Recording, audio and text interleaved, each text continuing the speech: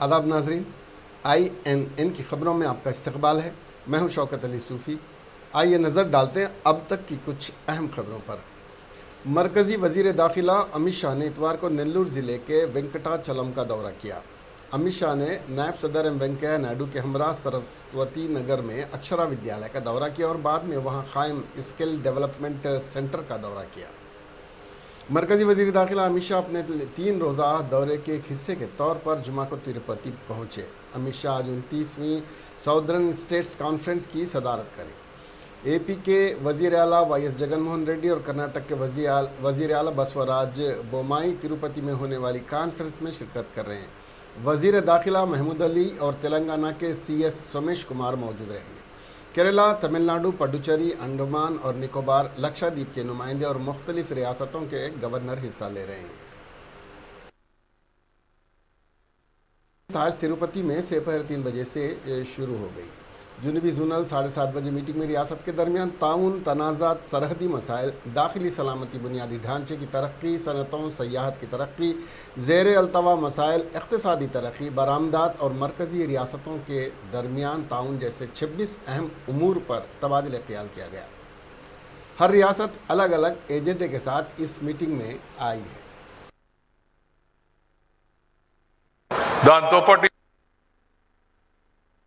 अमित भाई, मैंने आपको इसलिए सुझाव दिया जरा मेरा बेटी का जो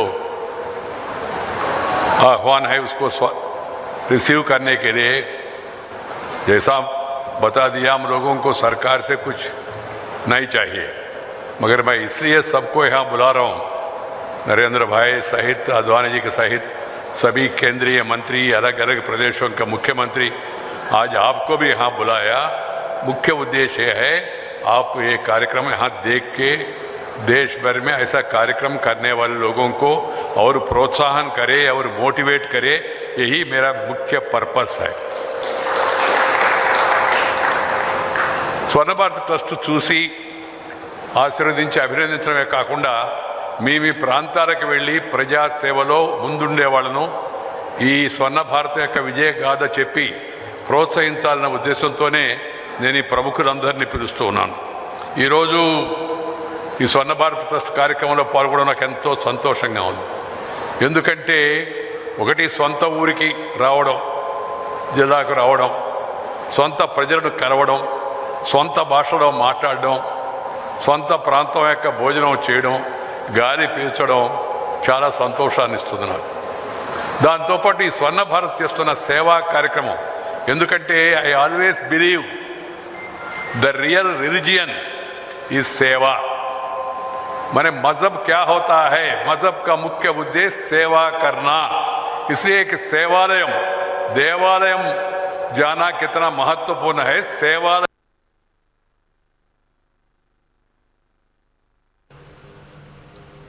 कांग्रेस की सदर सोनिया गांधी ने मुल्क के पहले वजीर आजम पंडित जवाहरलाल नेहरू को आज उनकी यौम पैदाइश पर उनकी यादगार शांतिवन में खिराज अक़ीदत पेश किया। मिसेस गांधी ने पंडित नेहरू की समाधि पर फूल चढ़ाया और उन्हें खिराज अक़ीदत पेश किया। वो कारकुनों के दरमियान भी गईं और अमन की अलामत के तौर पर गुब्बारे उड़ाए। इससे कबल पंडित नेहरू को उनके इक़्तिबास के साथ याद करते हुए कांग्रेस के साबिक़ सदर राहुल गांधी ने ट्वीट किया, हमें जो चाहिए वह है अमन के माहौल की अगली नस्ल, पंडित जवाहरलाल नेहरू। हिंदुस्तान के पहले वज़ीर आज़म को याद करते हुए जिन्होंने सच्चाई, इत्तेहाद और अमन को बहुत ज़्यादा अहमियत दी। कांग्रेस के उत्तर प्रदेश की general secretary incharge Priyanka Gandhi Vadra ने भी पंडित नेहरू के कौल का हवाला देते हुए कहा कि हिंदुस्तान की सरजमीन पर फैले हुए तमाम हिंदुस्तानी सबसे पहले अहमियत रखते हैं। मादरे हिंद के यहाँ करोड़ों करोड़ों लोग हैं और भारत माता की जय उसकी सरजमीन पर रहने वालों की जय है। पंडित जवाहरलाल नेहरू, भारत माता की जय में किसान की जय, जवान की जय, मजदूरों की जय है।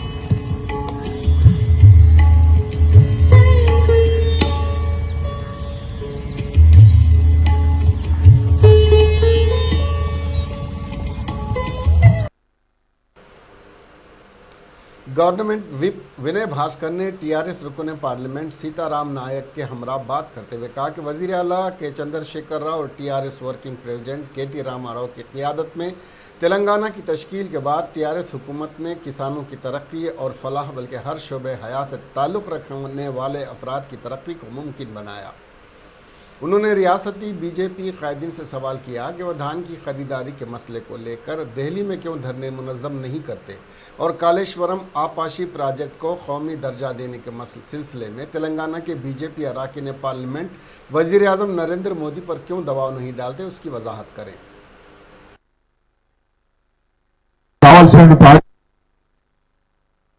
మా అధినేత కేసీఆర్ గారు నిర్మాణం చేపట్టినటువంటి కాళేశ్వరం లాంటి ప్రాజెక్టులకు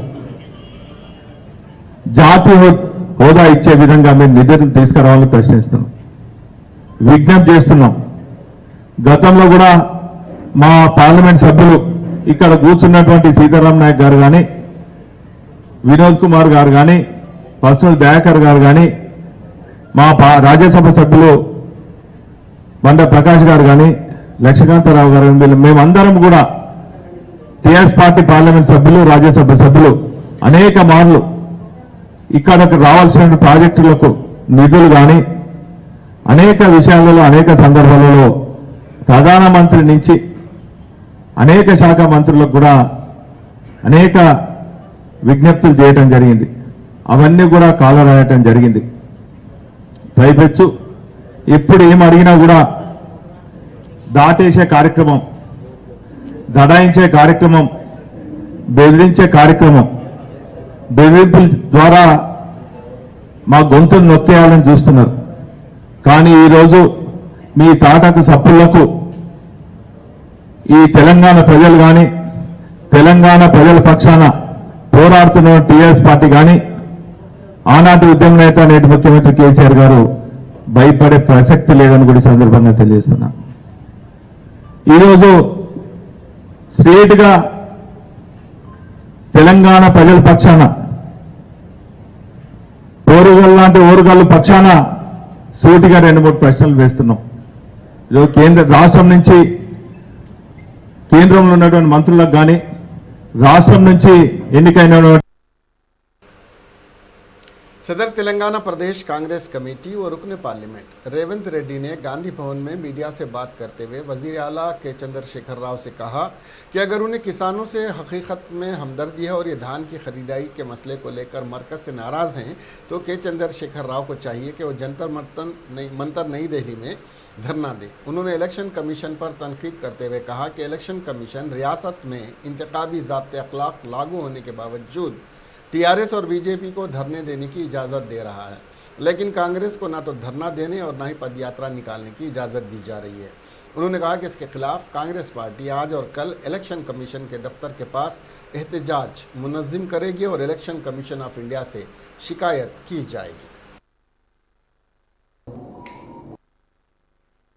पंडित जवाहरलाल नेहरू गारी 132వ జయంతి శుభాకాంక్షలు। స్వాతంత్ర సమరయోధుడు, దేశ విముక్తి కోసం, స్వయం పాలన కోసం, ప్రజాస్వామ్య స్ఫూర్తి కోసం 10 సంవత్సరాలు జైల్లో ఉండి ముక్కవోని పట్టుదలతో భారతదేశానికి విముక్తి కలిగించి ప్రపంచ దేశాలకే ఆదర్శవంతమైన పరిపాలన అందించిన పండిత్ జవహర్లాల్ నెహ్రూ గారి యొక్క జన్మదినం ఈ దేశ పౌరులకు ఒక పండగ లాంటిది। వారిచ్చిన స్ఫూర్తి, వారిచ్చిన దార్శనికత, వారి అనుభవాలతోనే ఈరోజు ప్రపంచ దేశాలలో ఒక ఆధునిక దేశంగా, అభివృద్ధి చెందిన దేశంగా మనం పోటీ పడుతున్నామంటే దానికి నెహ్రూ గారి కారణం। ఈనాడు కొంతమంది దేశ స్వాతంత్రంలో ఎలాంటి పాత్ర లేని వాళ్ళు దేశ స్వాతంత్రం కోసం ఉద్యమకారులు కొట్లాడుతున్నప్పుడు सीएलपी कायद भट्टी विक्रमार्का ने गांधी भवन में मीडिया से बात करते हुए साबिक वजीर आजम पंडित जवाहरलाल नेहरू की खिदमत को खिराज अकीदत पेश करते हुए कहा कि पंडित जवाहरलाल नेहरू मुल्क की अजीम शख्सियत थे जिन्होंने मुल्क में सेक्युलरिज्म की बरकरारी को यकीनी बनाया और मुल्क में साइंस और टेक्नोलॉजी को फ़रोग देने के अलावा स्टील इंडस्ट्री का मुल्क भर में जाल बिछाने के साथ साथ मुल्क भर में आपाशी प्रोजेक्ट्स के तामीरी काम करते हुए किसानों की राजियात को पानी सरबराह करने के इक़दाम किए। उन्होंने कहा कि मुल्क की अवाम नेहरू की खिदमत को हमेशा याद रखेगी। దేశం కోసం పండిట్ జవహర్లాల్ నెహ్రూ గారి జయంతి సందర్భంగా రాష్ట్ర ప్రజలకి ముఖ్యంగా దేశం కోసం ఎప్పుడూ ఆలోచన చేసేటువంటి వారందరికీ కూడా శుభాకాంక్షలు తెలియజేస్తా ఉన్నాం. ఆనాడు దేశం పరాయి పాలనలో ఇబ్బంది పడి జాతి మొత్తం కూడా ద్వితీయ శ్రేణి పౌరులుగా బతుకుతూ ఉన్నప్పుడు ఈ దేశం కోసం ప్రాణాలైనా ఇవ్వాలని చెప్పి బ్రిటిష్ వాళ్ళకు వ్యతిరేకంగా పోరాటం చేస్తూ చివరికి వారు జైలుకి పంపిస్తే కూడా ఒక మనిషి జీవితంలో ఒక దశాబ్ద కాలం జైల్లో ఉంటాం అంటే చాలా పెద్ద సమయం అది. ఒక జీవిత ఖైదీ పడినంత సమయం అది. ఆ స్థాయిలో కూడా భయపడకుండా భారతదేశ ప్రజానికమే నాకు ముఖ్యం, నా జీవితం ఏమైపోయినా పర్వాలేదని చెప్పి పనిచేసినటువంటి గొప్ప ధీరోదాత్తుడు श्री जवाहरलाल नेहरू गारू। सदर तेलंगाना प्रदेश कांग्रेस कमेटी और रुकने पार्लियामेंट सीएलपी कायद भट्टी विक्रमार्का, सदर तेलंगाना महिला कांग्रेस कमेटी सुनीता राव और दीगर पार्टी कायदीन ने मुल्क के पहले वजीर आजम पंडित जवाहरलाल नेहरू की यौम पैदाइश चिल्ड्रंस डे के मौके पर गांधी भवन में नेहरू की फ़ोटो पर फूल मालाएँ पेश करने के अलावा पंडित जवाहरलाल नेहरू के मुजस्समे पर फूल मालाएँ पेश करते हुए उनकी खिदमत को ज़बरदस्त खिराज अकीदत पेश किया।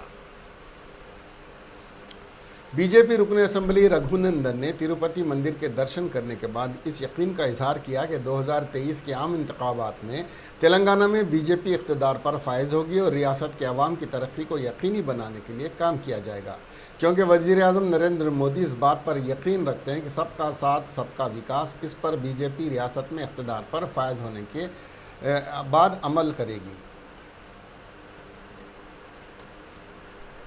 रियासत आंध्र प्रदेश को एक और तूफ़ान का ख़तरा है।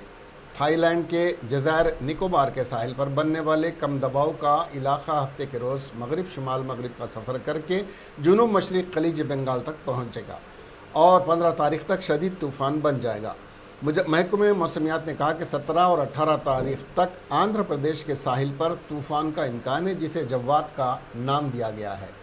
महकमे मौसमियात के हुक्काम ने पेशगोई की है कि एक तूफ़ान विशाखापट्टनम और काकीनाडा के दरमियान साहिल से गुजरेगा।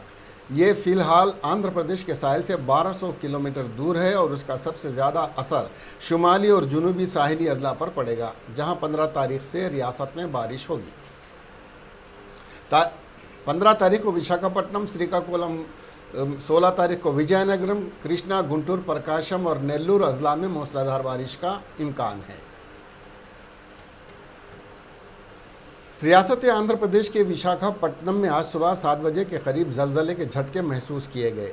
अक्यापालम, मधुरा नगर, बीच रोड, ताटी चटलापालम, अल्लमपुर, असीलमेंट, सीतामाधारा और दीगर इलाकों में चंद सेकंड के लिए ये झटके महसूस किए गए। विशाखापट्टनम ओल्ड टाउन के अलावा शिपिंग हार्बर के अतराफ व अकनाफ के इलाके में भी जलजले के झटके महसूस किए। जलजले की वजह से बाज़ मकानात की दीवारों में दरार पड़ गई। लोग खौफ के आलम में घरों से बाहर निकल आए। किसी भी तरह के जानी नुकसान की फौरी इत्तला नहीं मिली है। कस्टम हुक्काम ने हैदराबाद के शमशाबाद बैनुल अक़वामी हवाई अड्डे पर मुआयना किया और बैरूनी मुल्क से स्मगल किया गया सोना जब्त किया। हुक्काम को दुबई से हैदराबाद जाने वाली AI-952 परवास के मुसाफिर के कब्जे से 671.9 ग्राम गैर कानूनी सोना मिला। जब मुलजिम सोना जोसर के जग में छुपाकर सामान के थैले में ले जा रहा था, अफसरान ने उसे चेक किया और पकड़ लिया। हुकाम ने बताया कि जब्त किए गए सोने की कीमत तकरीबन 34,18,000 रुपये है।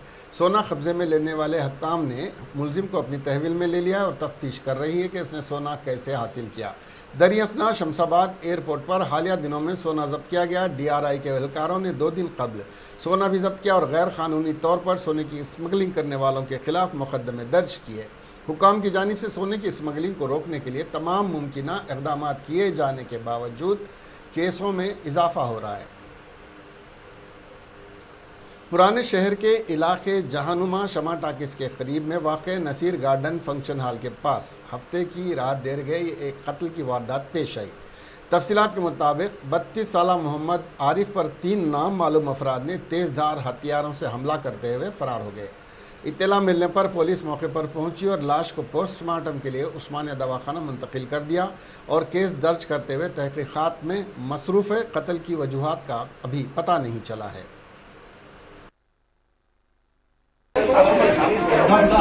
आराम से आराम से आराम से आराम से चलो भैया चलो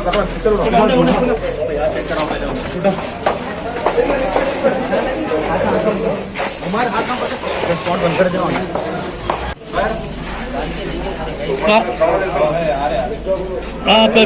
చెప్పినా పంపిస్తా చెప్పి చేస్తున్నా కొంచెం బాగా ఉంది అంబులెన్స్ వచ్చి పంపి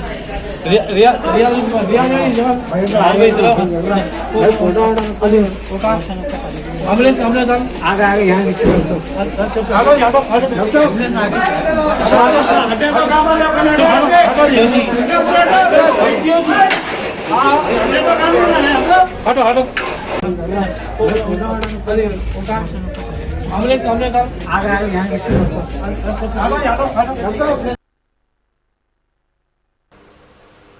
पेद्दापल्ली ज़िले में पेश आने वाले खौफनाक सड़क हादसे में इतवार की सुबह एक RTC बस को DCM वैन ने टक्कर मार दी। ये वाक़या उस वक्त पेश आया जब एक DCM वैन मंथनी में मंचरियाल से करीमनगर जाने वाली RTC बस से टकरा गई। ताहम चौकस RTC ड्राइवर ने बड़े हादसे को टाल दिया। हादसे में 24 मुसाफिरों के शदीद ज़ख्मी होने की इत्तला है। मुकामी लोगों के मुताबिक पुलिस ने मौके पर पहुंचकर ज़ख्मियों को तिब्बी इमदाद के लिए करीबी अस्पताल मुंतकिल किया। पुलिस का ख्याल है कि हादसा उस वक्त पेश आया जब DCM ड्राइवर तेज़ रफ्तारी से गाड़ी चला रहा था। वाक़े का मुकदमा दर्ज कर लिया गया और तफ्तीश जारी है। इसके अलावा पिछले महीने में पेद्दापल्ली ज़िले में मंथनी के करीब एक RTC बस उलट गई थी। परकाल डिपो की बस बेल्लमपल्ली से हनुमाकुंडा जाने वाली एक कार से टकरा गई और सड़क के साथ वाली वादी में गिर गई थी। हादसे में एक शख्स की मौत हो गई और 16 अफराद ज़ख्मी हो गए थे।